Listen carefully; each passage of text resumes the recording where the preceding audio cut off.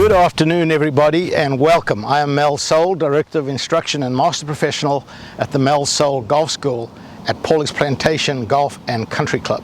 We're located in Pawleys Island, South Carolina, which is about a half an hour south of Myrtle Beach. So not only are you guaranteed good instruction if you come down and visit us, but we have almost 100 golf courses in this area. You have a great choice. Come and see us. Today we're going to talk about muddy lies. Always a difficult thing. And yesterday it rained quite hard, and I've been wanting to do this tip for quite a while, but I've never been able to find a muddy lie. And I've got an area here that somebody's been practicing, was the best I could find, but it depicts what we would get on the golf course and a muddy lie. This kind of sandy lie here, and it's all pretty wet. And so there are ways to play this, both with a pitch shot and a chip shot, and then we're going to actually talk about putting it as well. So when you play the pitch shot, normally we play the pitch shot in that position there, get the weight over, cock the wrists, swing through. However, this particular lie, you got to hit the ball first. If you just get a smidgen behind it, it's just going to go, and it's just going to go there. So what I want you to do when you play the shot, and if you can go out on the range and find a kind of a muddy lie, even if you've got to bring a bucket of water and pour some on an area like this where people have been saying to practice it.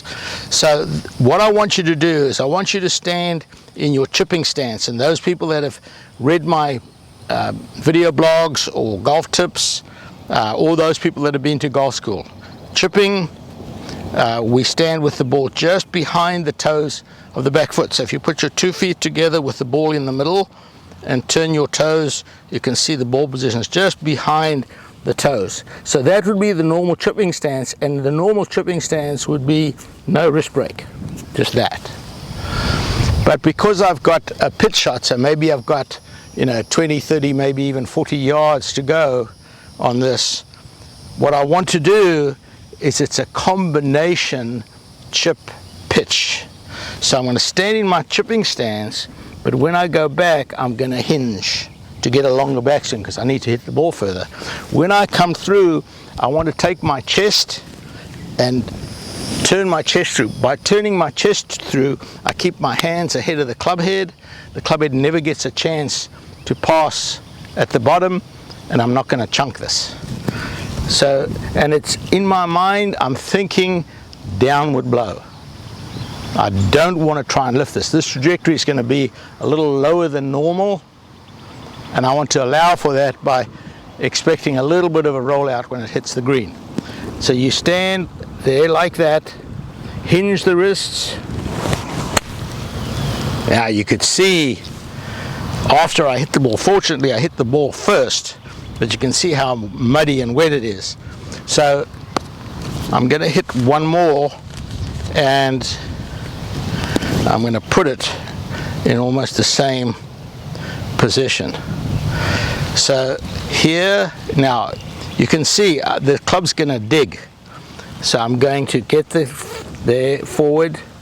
When you put it forward, I'm taking the bounce that's normal on this club and I'm moving it forward.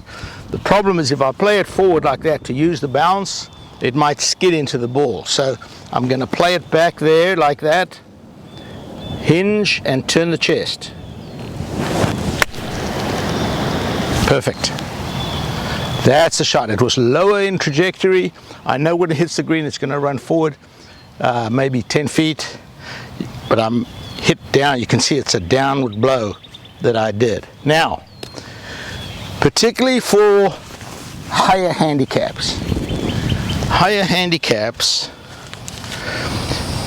you want to use the safest club. So I've got a 7-iron here. You want to use a club, the higher your handicap, the less loft you want to use on these shots. So even a 6-iron or a 5-iron, but I've got a 7-iron in my hand. This is a chip shot, but it's a chip shot where I'm trying to just clip the ball off. I'm not trying to hit down on it. I'm just trying to clip it off. And from here, I would just, and you could hear there, I didn't touch any of the ground. That's what we call a bump and run. It's low, I'm landing it short of the putting surface, and then I'm letting it run on. Unless I had a huge amount of green to work with, it's not the type of shot that you can land on the putting surface. But this is a regular chip shot. You can see I'm standing in my chip shot stance, and I'm just letting the club go through like that. Now, the other option is a putter.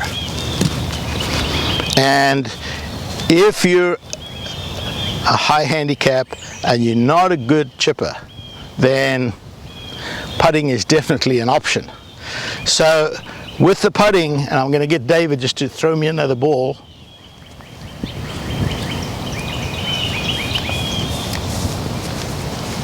Thank you. I want to put that. Now in the putting, what I want to do here is I want to actually have the ball slightly more forward than normal. Now when you hit this, you're going to catch this very slightly on the upswing because I've got it way forward. Normally my ball position's about there and I'm catching it right at the bottom of the arc. I'm moving it forward, so I'll actually be hitting, and I'm going to come in here and let David guide me as I want to see the ball and the putter. And what I want to do is I want the edge, I want this leading edge of the putter to be hitting the ball like that and not down like this. If I hit down on it, I'm going to get a little bit of backspin. I'm going to get some skid, and I don't want skid on this ball. I want this ball to be rolling almost instantly as I hit it. So by playing it forward, way forward like that, you can see I've got a slight negative shaft lean. I don't want to have my hands forward. Now when I hit, I'm going to hit it slightly on the upswing, and that ball's going to roll very. You could hear that sound was a really nice little click, and the ball's going to roll. Now here's a help for you on how hard to hit that shot. So depending on how much fringe or grass you've got to go through before the green. So let's say you're 30 feet away from the hole, but you've got 10 feet of fairway to cover before you get to the green. So I've got 10 feet of fairway, 20 feet of green. You want to hit across your 10 feet of fairway twice as hard as you would hit it on a green. So what I've got to do is I've got to imagine that I'm hitting a 40-foot putt. So I'm going to take an extra 10 yards and add it. And so now I've got a 40-foot putt. So what I would do is I would look 10 feet beyond the hole. When I do my practice swing here to decide how hard to hit it, I would look and say, okay, I think I've got to hit it about that hard to go 10 feet past the hole. When I go and hit it, I won't leave it miles short. I'll have enough speed that it'll get through the fairway grass and roll up onto the green and get fairly close to the hole. If you don't practice the shot, your subconscious is not going to know how hard to hit it. So occasionally go to your practice green if you've got one, place the ball 10, 15 foot off the green, go to a hole and hit your putter and see what kind of reaction you get.